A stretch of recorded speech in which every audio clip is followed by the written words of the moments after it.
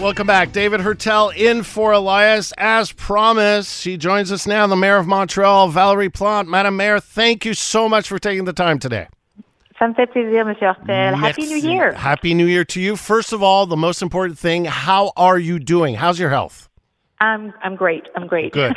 No, good to hear. Took a lot of time to rest during the holidays, and now it's, a lot of files coming up. So quite busy, but it's all good. No, it's good because as a former politician, we forget. I mean, it's a tough life. It's not easy. It's very demanding physically and psychologically and mentally. Yeah, absolutely. No, I understand. And well, you know the drill. Yes, you know the drill. I do. And so the most important thing is to make sure you're doing fine, and it's good to hear. Now, of course, the burning question, your reaction to Conservative Party of Canada leader Pierre Poilievre's comments yesterday, and it's going around entire province, but also he's been attacking a few mayors, namely you, saying you're incompetent and you're the reason why affordable housing isn't getting built in Montreal. Your response? Well, I thought it was quite disturbing. And you just mentioned how our jobs are mentally kind of difficult. And we keep on talking about mental health and how we want everybody, all the society to be respectful to each other. And you have this leader that he calls himself a leader and attacking personally, naming people, calling them names.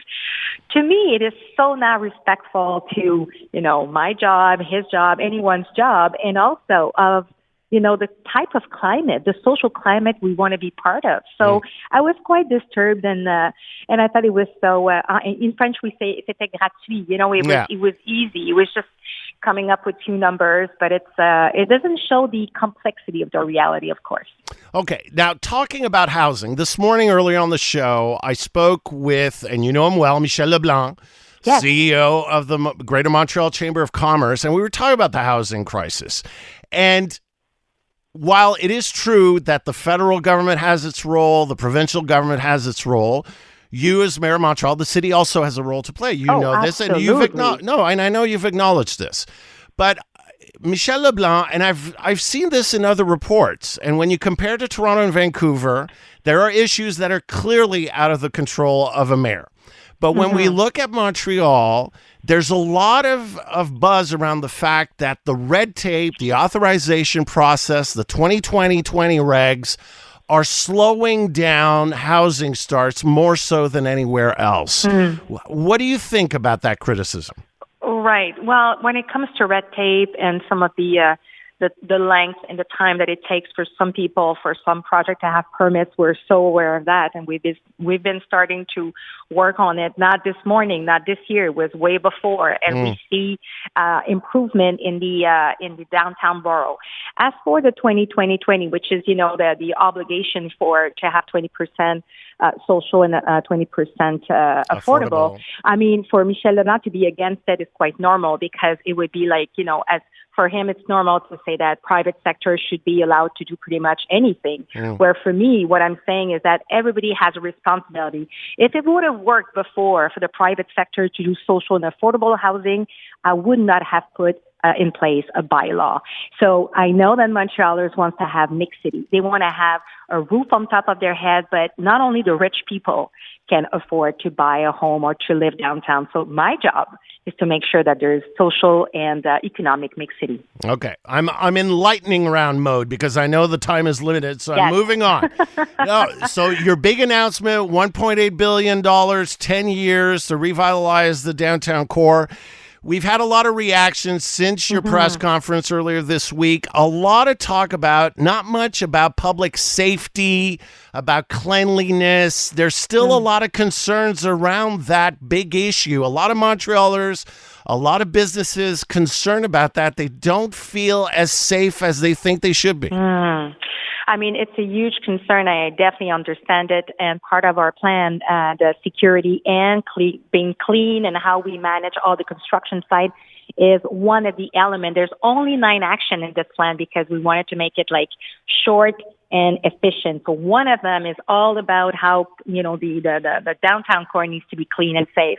And on the side, all the work we're doing with the SPDM and the social workers to accompany people, the vulnerable communities, into whatever it's shelters or housing options. And this is where, for me, as mayor, is also working with the government of Quebec to say there's needs here. Yes, shelters are good, but there has to be more housing, and we're kind of doing full circle here where we need to accelerate the construction. Okay, and homeless camps, that's also a big issue. What's your position on that? Because we're putting Band-Aids on a much bigger problem here. Mm-hmm. Well, I mean, it is a big issue because a lot of people are having trouble to find a place in shelters. Though the message we're getting from different organizations is that it's kind of flush, but there's room. That being said, for us, our administration and other municipalities are saying, okay, you can have your tent here.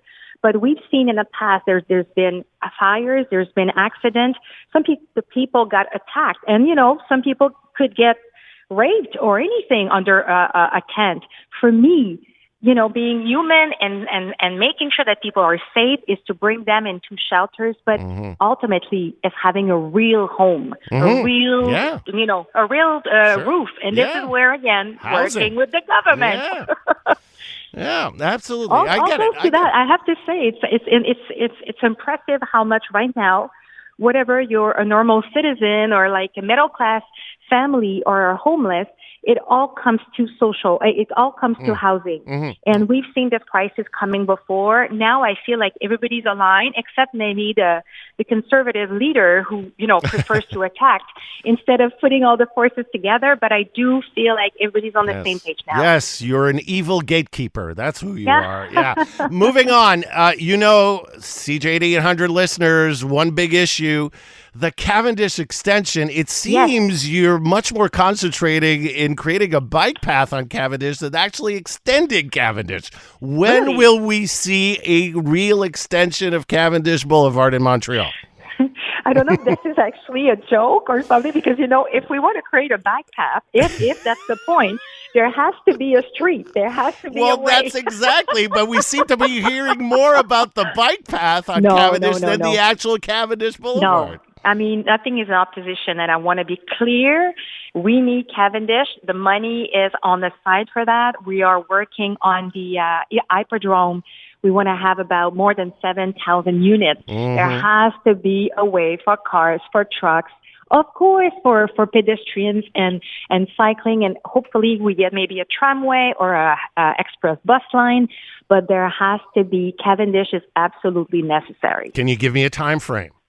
Oh, I don't have the update, but I mean, we're moving. We're going to be talking about Hyperdrome in the next coming weeks. Okay. So we'll be able to give an update because it's just the side, right? And it's quite connected together. So we will be able to give an update on the timeline. All right. My last question. I'm running out of time, and I know you're very busy. McGill and Concordia, things are not getting better. This is really hurting not only those two major Montreal institutions, and it's beyond an Anglophone, English-speaking community problem. I'm Francophone. I teach at Concordia. I mean, this is a bigger issue. It impacts the image of Montreal, the image of Quebec, our economy. Where are your efforts, or what are you doing right now to try to change this decision from the government? Right. So since the beginning, it was important for me to mobilize all the forces, talking with all universities, because like you said, it does not only impact the Anglophone university, of course, in terms of financing, which is huge, but also impact the entire ecosystem and how we are being perceived as a university city. We're the second most important university city after Boston in North America. That is quite impressive. And I have to say, at this point, I'm quite upset because we've seen the government kind of leaving, Bishop on the side, like they don't have to follow those rules, but Montreal has to follow those, I believe, not equitable rules.